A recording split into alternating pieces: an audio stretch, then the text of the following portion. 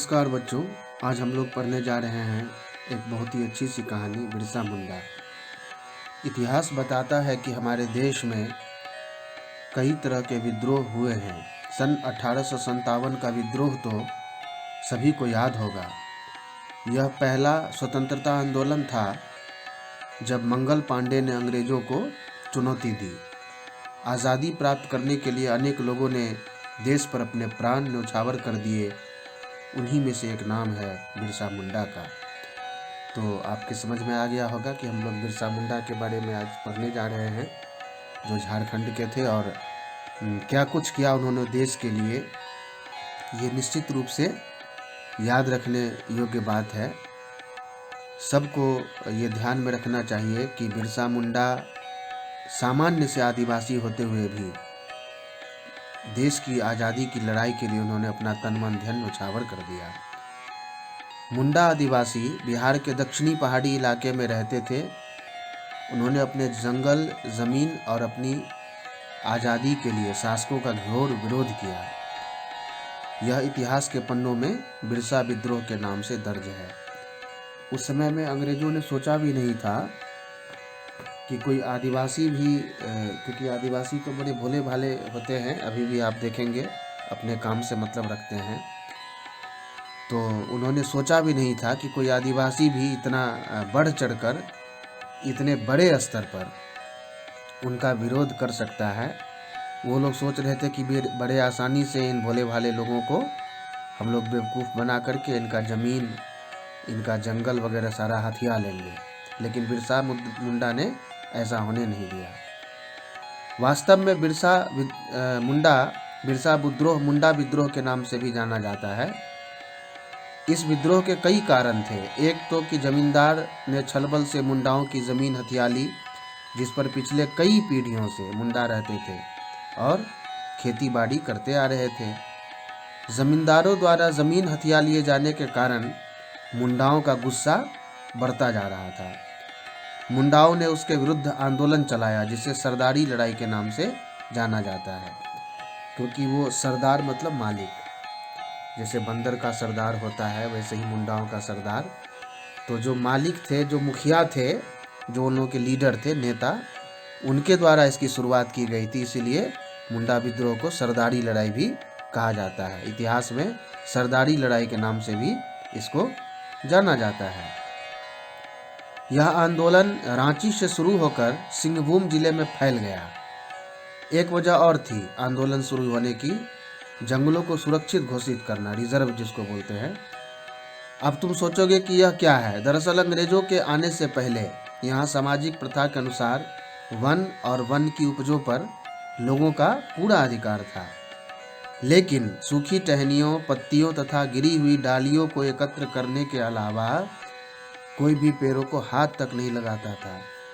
पेड़ को वो लोग अपने माँ पिता भाई बहन की तरह मानते थे। वो जानते थे कि पेड़ से हमें ज़रूरत की सारी चीज़ें मिलती हैं। तो पेड़ का वो लोग दोहन करते थे, न कि शोषण। काट के खराब कर देंगे, फेंक देंगे, जला देंगे, इस तरह की गंदी नीति उनकी नहीं थी। जंगल को वो अपना घर समझते थे और अंग्रेज़ों ने इसमें हस्तक्षेप कर दिया, उनको उनके घर से दूर करना चाहा।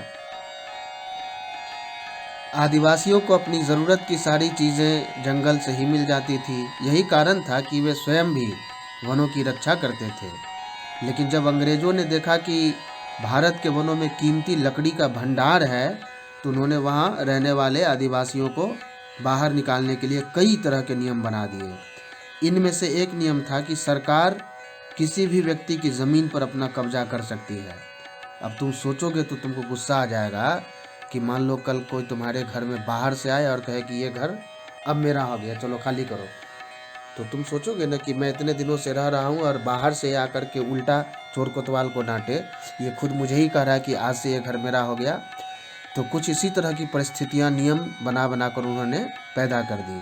कह दिया कि जंगल में तुम लोग नहीं जा सकते हो और अगर जाओगे तो हमसे इजाज़त लेनी होगी। इतना ही नहीं, बल्कि सुरक्षित जंगलों में लोगों को बिना अधिकार घुसने या पशुओं को चराने के लिए भी मना कर दिया। बिहार के दक्षिणी पहाड़ी इलाके के वनों को अंग्रेज़ों ने सुरक्षित घोषित कर दिया और मुंडाओं से जंगल हथिया लिया। मुंडाओं ने इसके विरुद्ध आंदोलन छेड़ दिया, लेकिन उसका उन्हें कोई लाभ नहीं मिला। इसी समय बिरसा नाम के एक मुंडा सामने आए। उन्होंने लोगों से कहा, हमें किसी भी कीमत पर अंग्रेज़ों का राज खत्म करना होगा, वरना हमारे हाथ से ज़मीन निकलती चली जाएगी। सब ने कहा कि हाँ, आप बिल्कुल सही बोल रहे हैं, ये लोग बाहर से आ गए हैं अंग्रेज और हमें हमारे ही घर में घुसकर गुलाम बना दिया है और हमारा जंगल हमसे हथिया लिया है, जंगल के अंदर हमको नहीं जाने दे रहे हैं, तो इनको तो अब भगाना ही पड़ेगा। बिहार के रांची जिले की दक्षिणी पहाड़ियों के बीच एक छोटा सा गांव बसा हुआ था, चलकद। बिरसा मुंडा इसी गांव के रहने वाले थे।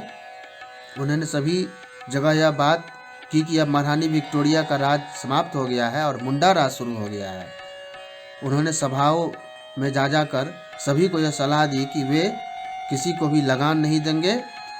उन्होंने सभी के साथ मिलकर अंग्रेजी हुक्म को न मानने का फैसला किया। अब ये बात अंग्रेज सरकार को पता चल गई। वो परेशान हो उठी कि अरे, कितना अच्छा तो इन लोगों को मैंने दबा दिया था, अब ये अचानक से इनमें ये साहस कहाँ से आ रहा है? आखिर इनका कौन सा नया नेता पैदा हो गया है जो इतना इन्हें भड़का रहा है? तो इन्होंने पता लगाना शुरू किया और पता लगाते लगाते ये बात सामने आई कि बिरसा मुंडा नाम का एक नया नेता आ गया है जो लोगों को इस तरह से साहस प्रदान कर रहा है। तो अंग्रेज़ों ने 16 अगस्त 1895 मतलब 1895 को बिरसा को गिरफ्तार करके जेल भेज दिया। लेकिन चलकद के लोगों ने उस गांव की सीमा के बाहर उनको धकेल दिया। फिर दोबारा 24 अगस्त 1894 की रात की घटना है कि वो घर में सो रहे थे, तो अंग्रेज़ों ने उसी समय गिरफ्तार कर लिया। और जब नवंबर 1897 में बिरसा जेल से छूटे तो फिर उन्होंने अपनी गतिविधियाँ फिर से शुरू कर दी।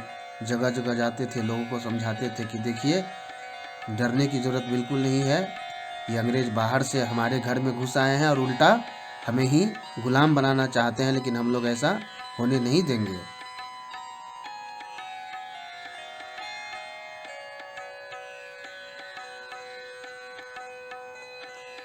बिरसा मुंडा जगह जगह घूमकर सभाएं करते थे और लोगों को अंग्रेज़ों के विरुद्ध तैयार करते थे। वे महारानी विक्टोरिया का पुतला बनाकर उस पर तीरंदाजी का अभ्यास करते थे। मुंडा आदिवासी अंग्रेज़ों से लोहा लेने के लिए तैयार थे। मुंडाओं ने अपनी योजना का पहला चरण 25 दिसंबर 1898 को शुरू किया, 1898 को। उन्होंने ईसाई बने मुंडाओं को अंग्रेज़ों के खिलाफ खड़े होने के लिए तैयार किया और अपना जो हिंदू धर्म है सरना, उसकी महानता बताई। कहा कि यही अपने लिए अच्छा है, हम लोग इसी में रहें और कितने सुंदर जो नियम है उन सब का पालन करेंगे और बाहर से आए इन अंग्रेज़ों को खदेड़ देंगे, यहाँ से भागने पर मजबूर कर देंगे। लोगों ने उनका साथ दिया। सबको लगा कि बिरसा मुंडा बिल्कुल सही कह रहे हैं, हमारे भले की बात कर रहे हैं, तो सब लोग उनके साथ हो चले। फिर खुंती, तमार, वासिया और रांची के थानों पर उन्होंने सबके साथ मिलकर हमला कर दिया। 3 फरवरी 1900 का दिन बड़ा दुर्भाग्यपूर्ण रहा। सिंहभूम में बिरसा मुंडा को गिरफ्तार कर लिया गया और रांची जेल भेज दिया गया। उन पर और उनके साथियों पर मुकदमा चलाया गया कोर्ट में। उसमें उन लोगों ने झूठ मूठ का ये साबित किया कि ये लोग आतंकवादी हैं, दुष्ट हैं, सरकार के खिलाफ काम करते हैं, अनुशासन में नहीं रहते हैं, प्रशासन के विरुद्ध जा रहे हैं। झूठ मूठ का बहुत सारा अभियोग लगा करके उन लोगों को दोषी साबित करने का पूरा प्रयास किया, क्योंकि अंग्रेज सरकार यही चाह रही थी कि इनके ऊपर झूठा अभियोग लगाकर किसी तरह से बिरसा मुंडा को जेल में डाल दें। ये जेल के अंदर रहेगा तो बाहर हम लोग सुरक्षित रहेंगे। 9 जून 1900 को मतलब 1900 को जेल में ही हैजे से बिरसा मुंडा की मृत्यु हो गई। उनके कुछ साथियों को मृत्यु दंड दिया गया तो कुछ को काला पानी की सजा दी गई। बिरसा मुंडा को आज भी एक सच्चे क्रांतिकारी देशभक्त के रूप में याद किया जाता है। हैजे से मृत्यु इसलिए हो गई कि वो लोग जानबूझकर खाना पीना का बहुत ज़्यादा ध्यान नहीं रखते थे। तो हैजा कब होता है? गंदा पानी पीने से, गंदगी भरे हुए खाना खाने से। तो इस तरह का माहौल उन्होंने बना के रखा कि इस तरह का गंदा और प्रदूषित खाना पीना देंगे तो बीमार होकर के जो कैदी लोग हैं वो समय से पहले मर जाएंगे, तो हमारी आफत छूटेगी, हमारी जो चिंता है वो कम होगी। तो उनकी ये चाल जो है वो सफल रही, क्योंकि कुपोषित खाना खाने से बिरसा मुंडा समय से पहले नहीं रहे, लेकिन वो जो कुछ कर कर चले गए हमारे देश के लिए वो सदा याद रखने योग्य है। तो मुझे पूरा विश्वास है कि आपके अंदर देशभक्ति की भावनाएं उमड़ने लगी होंगी उनके इस बलिदान को, इस त्याग को जानकर। और इस पाठ का प्रश्नोत्तर साथ में लिंक बनाकर डाल दिया गया है। अगले वीडियो में बहुत जल्दी मुलाकात होगी, तब तक के लिए नमस्कार। अगर आपने हमारे YouTube चैनल को अब तक सब्सक्राइब नहीं किया है तो आपको यहाँ सब्सक्राइब बटन दिख रहा है, इस पर आप क्लिक कीजिए और हमें सब्सक्राइब कर लीजिए। और साथ ही साथ इसके सामने एक नोटिफिकेशन बेल आ रहा है, इसे भी आप इनेबल कर दीजिए ताकि आपको तुरंत नोटिफिकेशन मिले जब भी हम कोई नई वीडियो अपलोड करें।